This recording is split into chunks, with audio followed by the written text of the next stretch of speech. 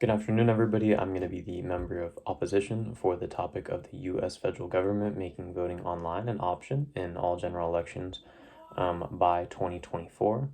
To begin, I want to go over some arguments that we have previously made.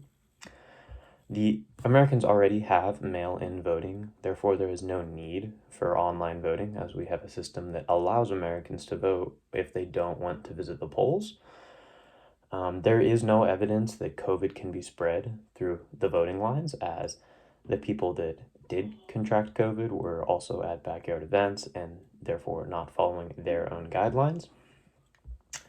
People also aren't going to be voting online because it's just plain and simply not cool. Online voting is just a cop-out by the US government in order to try to cover themselves for people being upset with how everything's going with the coronavirus. And the American people will easily see this and see online voting as not cool. We also know that a lot of the social unrest right now is because of people's lack of faith in the government due to most of the decisions being influenced by large corporations, not us, the US people, which is an issue we need to fix.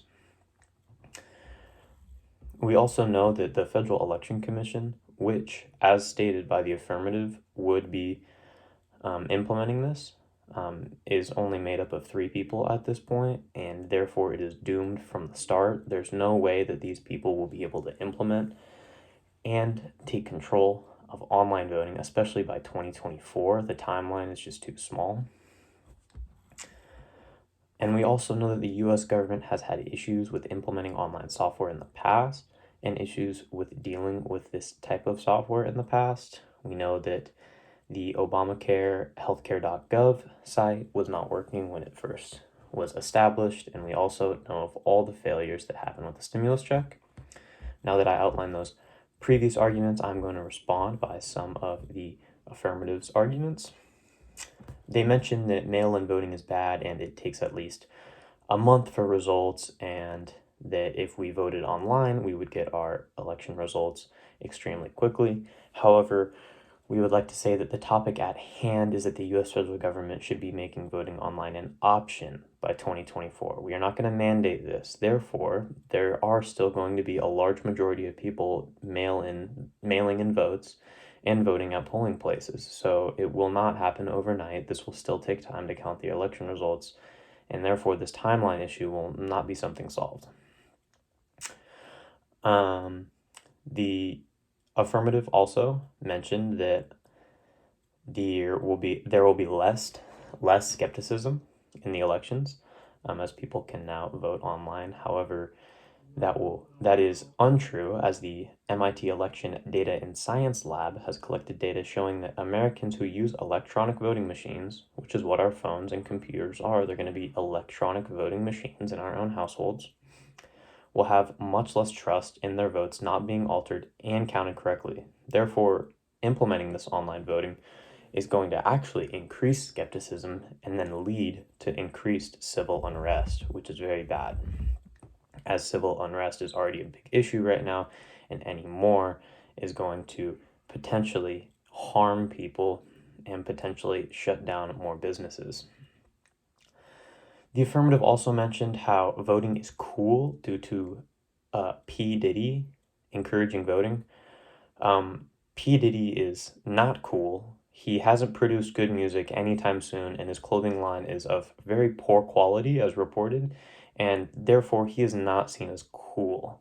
P. Diddy is not a good source to say that voting is going to be cool. Therefore, we think that voting is even more uncool by P. Diddy publicly trying to get people to vote. The affirmative also mentioned that the average age of Congress is 58, therefore they are not tech literate. This creates the assumption that all those around that age range, around 50 years old, aren't tech illiterate. So if we are taking that in mind, then that applies to over half of the US registered voters in at least 2020, according to the Pew Research Center, bringing up the topic of over half of the US voters not being quote-unquote tech literate. Therefore, how do we know that this will be implemented and taken into account in the right ways? The affirmative also mentioned that the blockchains will make hacking harder. However, the MIT director of Digital Currency Initiative has exposed many flaws with the system, especially in regards to Bitcoin, and has said it is relatively easy to even accidentally make blockchain technology unsecure. Therefore, implementing this right now in a stage where it is still an unsecure software will further the risk of other countries intervening in our elections and therefore undermining the US and making us look bad. And finally, the affirmative mentioned how healthcare.gov works now and that we have to have faith in our country. However, with the way that this is laid out, the online voting would be needed to be implemented by 2024, leading us to believe that it will be an option in that election.